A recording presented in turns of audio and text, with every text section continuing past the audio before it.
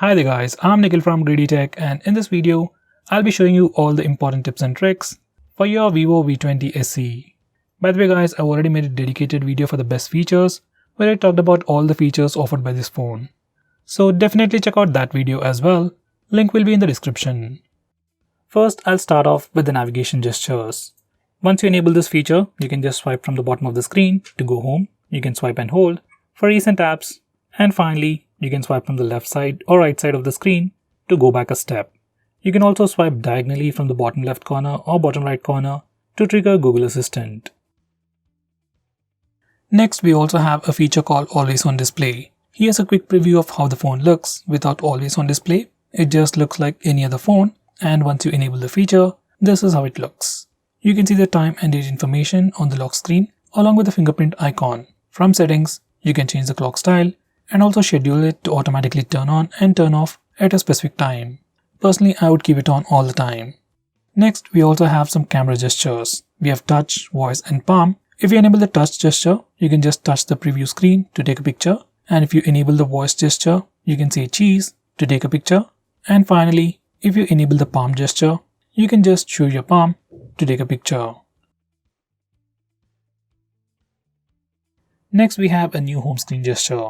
By default, when you do a swipe down gesture on the home screen, it always takes you to the global search. But from the home screen settings, we can change it to pull down the notification bar. Once you enable this feature, do a swipe down gesture on the home screen to pull down the notification bar. Next, we have some pretty cool features related to gaming, bundled together in Ultra Game mode. You can access it from settings or the notification toggles, and once you open it up, you can customize a lot of these settings. You have the regular stuff like where you can block calls, notifications, fix brightness levels, and some premium features like 4D game vibration, where the phone vibrates every time you shoot or get shot in games like PUBG. As of now, only few games support this feature. Besides that, every time you open a game, Game Assistant pops up with all the features, and you can also access it once the game starts by swiping from the side. Next, if you are using Face Unlock feature on this phone, I would suggest you to turn on this Fill Light feature. So Face Unlock works better even in low lighting conditions. It automatically increases the screen brightness to see your face better in low lighting conditions. While you're at it, you can also disable this toggle that says Stay on Lock Screen, so you can directly unlock the phone using Face Unlock feature. Normally, you have to swipe on the lock screen to unlock the phone, even if you are using Face Unlock feature. Next, we also have a dedicated dark mode on this phone. You can enable it directly from the toggles or from the settings.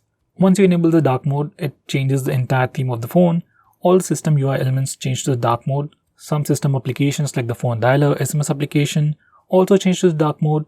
Even Google applications like Play Store and YouTube change to the dark mode automatically.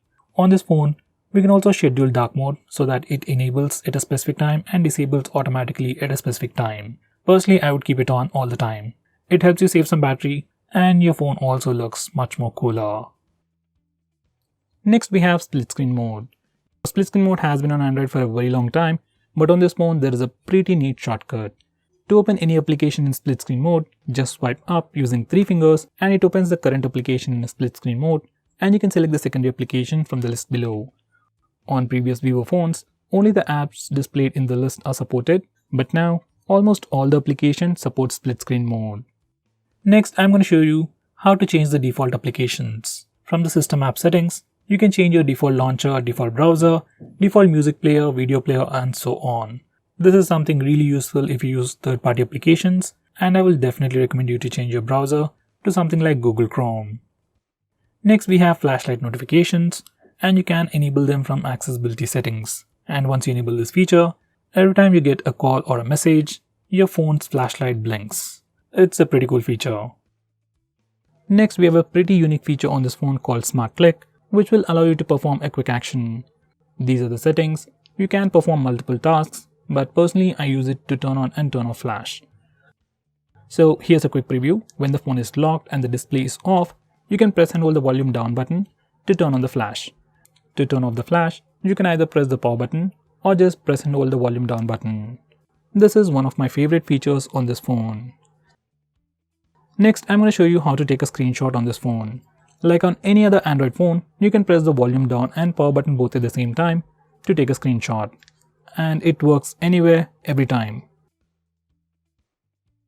If that's a bit hard for you, we also have the 3-finger screenshot gesture.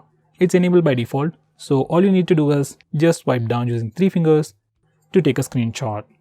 And once again, even this gesture works everywhere without any hiccups. Next, I'm going to show you how to take a long screenshot. For that, first we need to take a normal screenshot. You can either use the buttons or the gesture, and then click long screenshot. Once you're done, click save, and you'll get a long screenshot.